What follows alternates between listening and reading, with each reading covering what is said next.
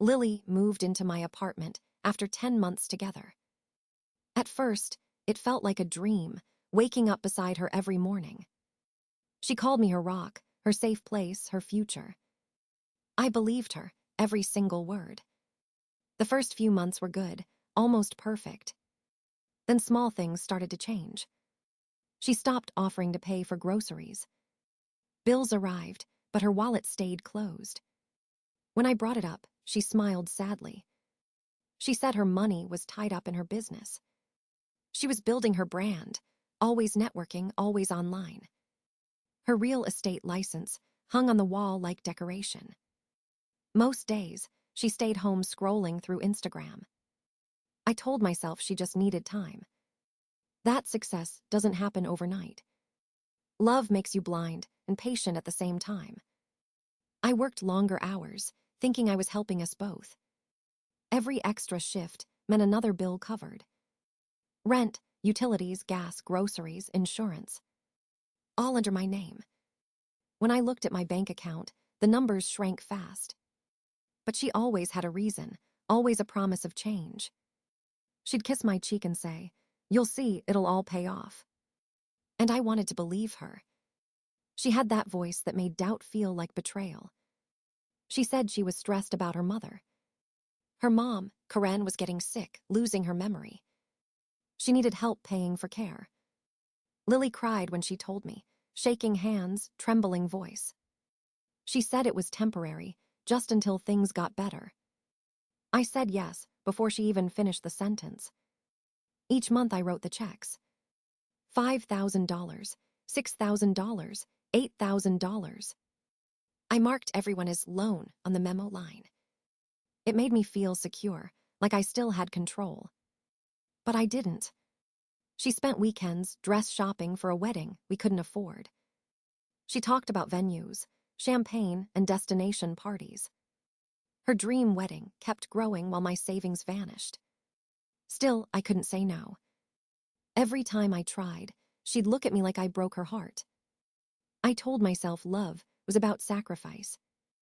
That real men provide and protect. I ignored the exhaustion building inside me. I ignored the red flags waving in front of my face. At work, I was the dependable guy. At home, I was a walking ATM with a smile. When friends joked that she was using me, I laughed it off. I said they didn't understand her. I said love was about trust. But deep down, a voice whispered that something was wrong. I drowned that voice in work, in overtime, in blind loyalty. I thought I was building a future with the woman I loved.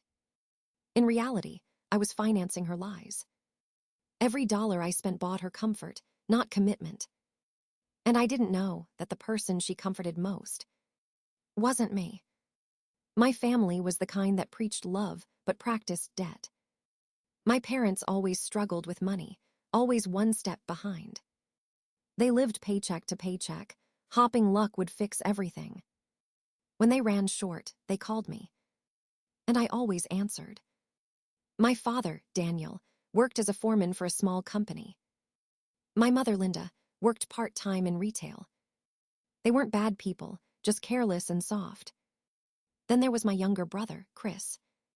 26, lazy, job-hopping, and permanently broke. He lived at home, sleeping till noon, calling himself creative.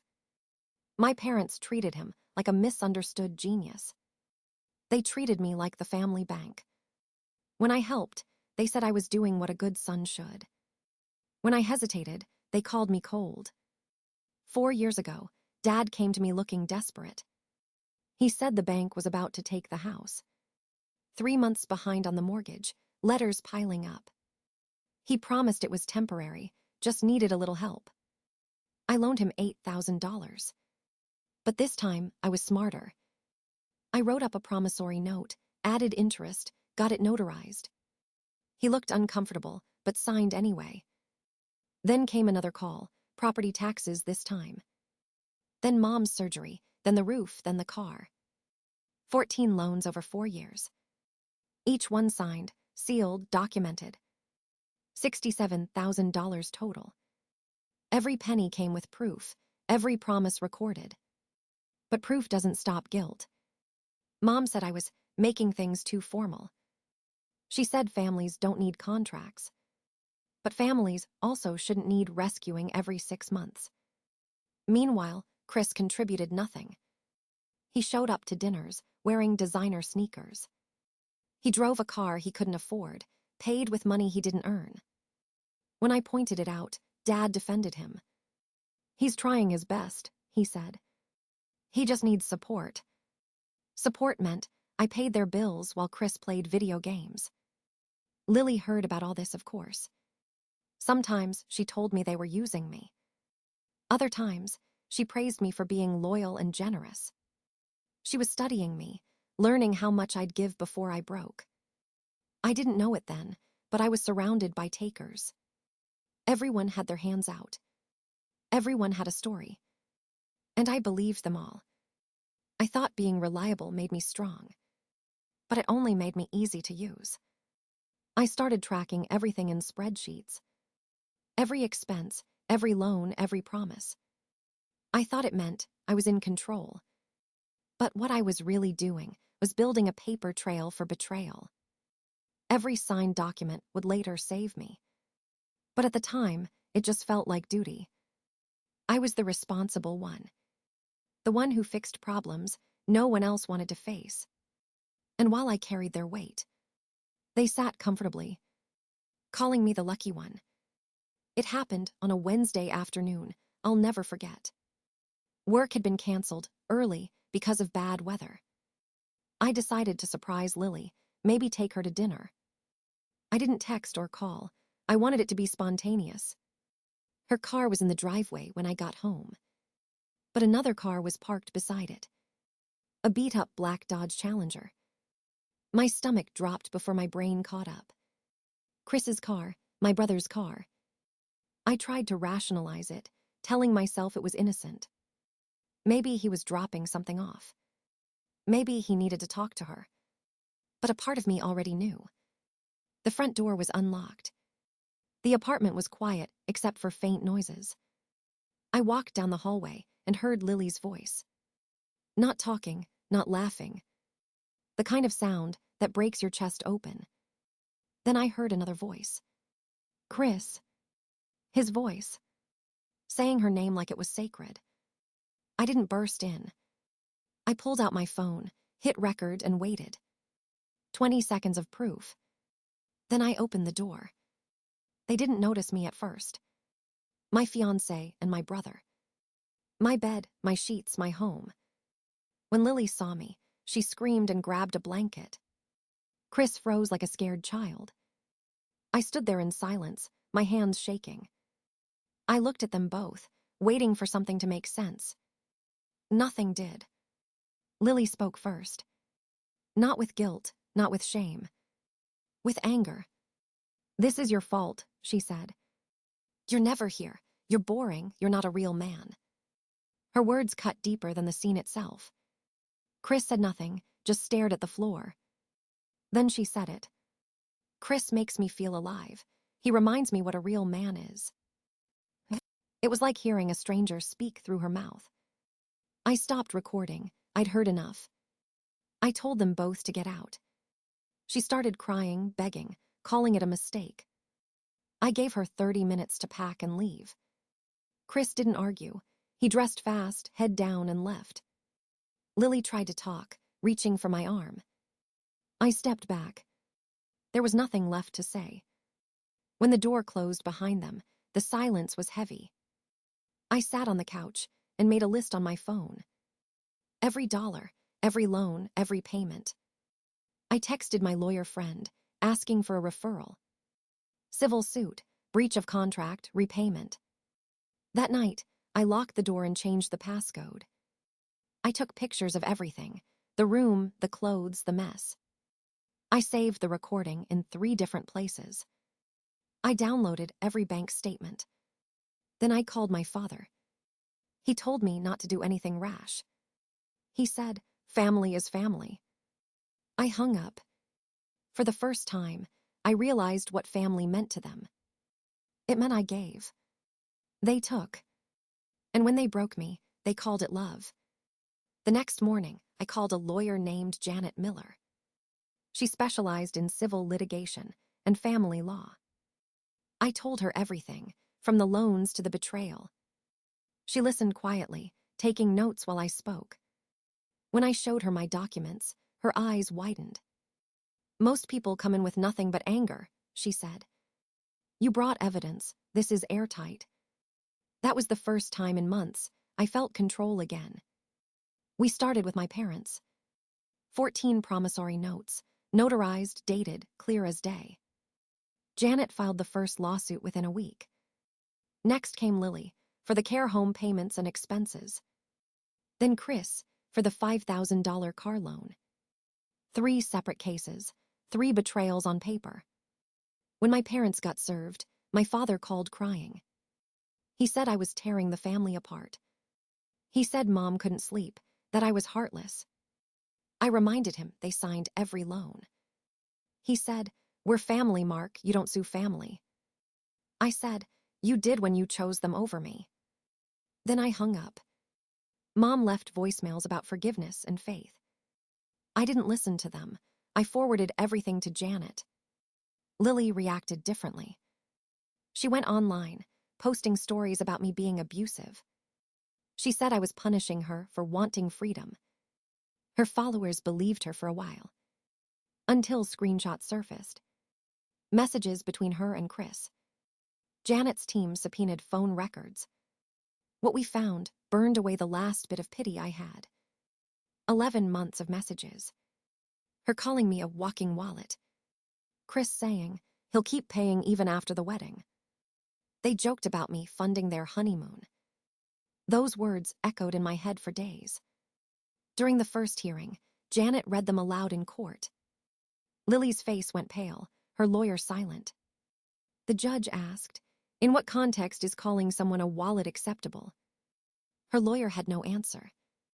Chris's case was a circus. He tried to represent himself at first. Showed up in jeans, no tie, no clue. He told the judge, "That's what brothers do, we help each other." The judge frowned. "So your defense is that your brother's money was a gift?" Chris mumbled something about family expectations. The judge told him to stop wasting time. He hired a lawyer, then fired 2 more when they told him to settle. Janet kept everything professional. She told me, "You're not being vengeful, you're enforcing boundaries." Still, the guilt lingered. Every phone call, every letter from family tried to break me. They said I'd lost my soul over money. But I wasn't the one who sold it. I stayed quiet, patient, methodical. I didn't yell, didn't post, didn't crumble. I let the truth speak through paper and ink. The law became my voice.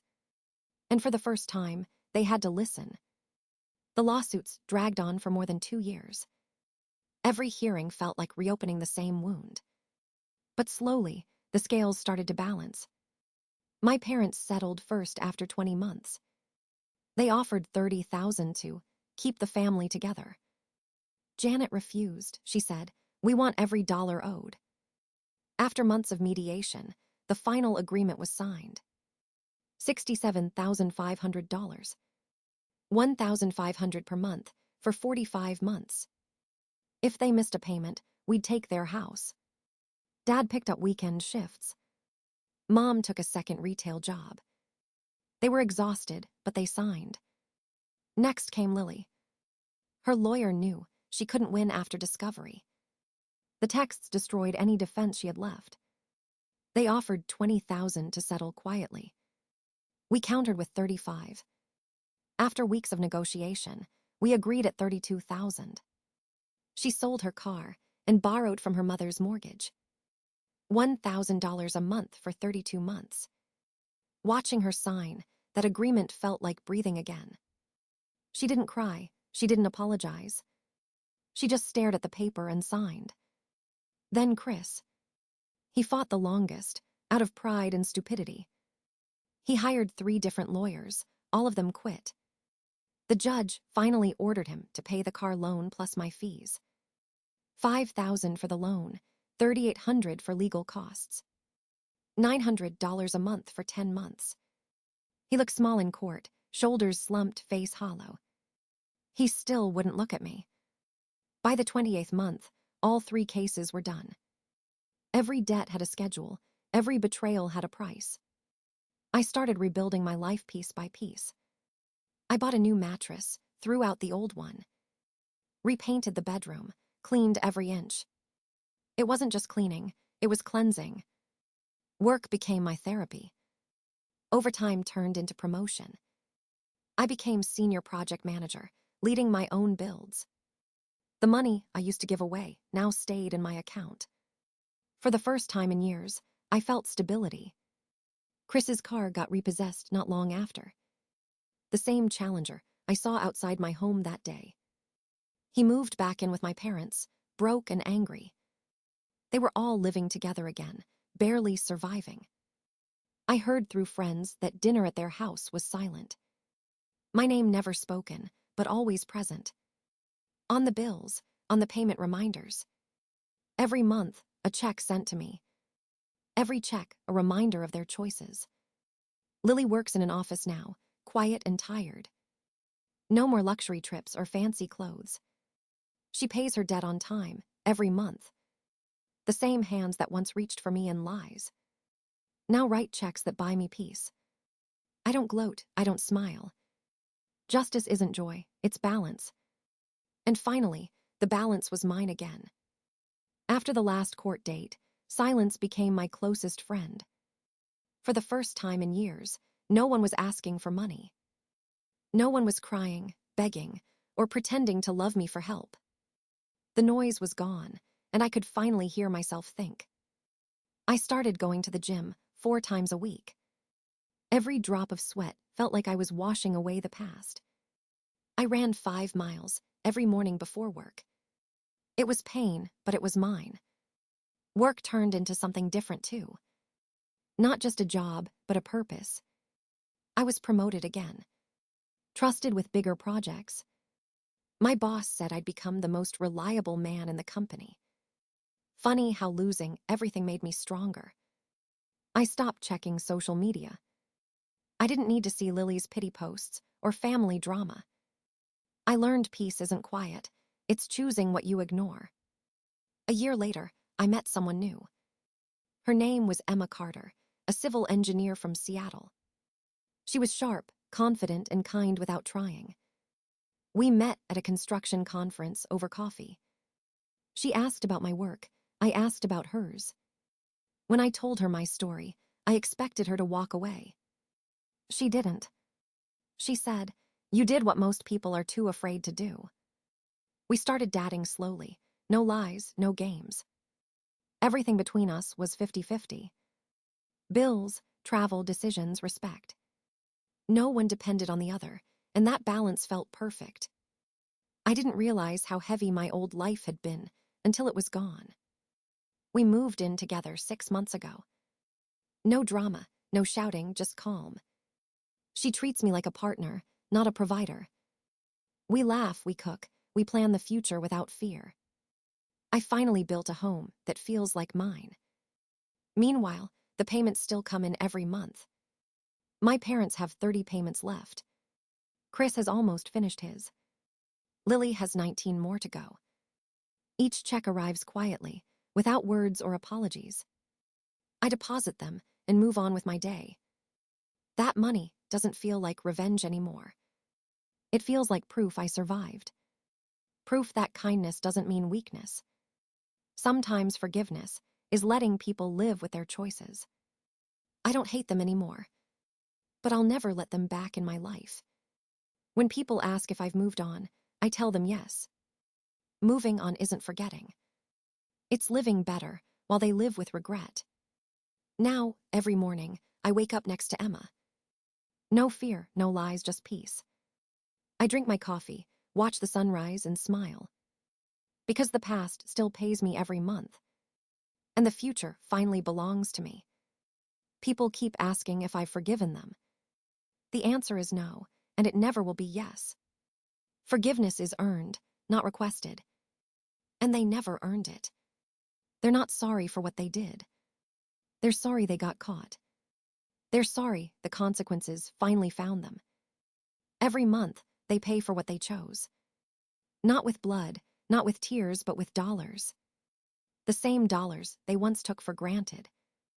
Each payment is a reminder that I won. Not through anger, but through discipline. Not through hate, but through boundaries. People say revenge is poison. But this isn't revenge. This is balance. This is justice. The world didn't give me peace. I built it myself. And now, I live without noise, without guilt, without debt. The people who betrayed me still whisper my name. They see it on every check, every statement, every reminder. They made me the villain in their story. But in mine, I became free. Because sometimes, healing doesn't sound like forgiveness. It sounds like silence. And silence has never felt so good.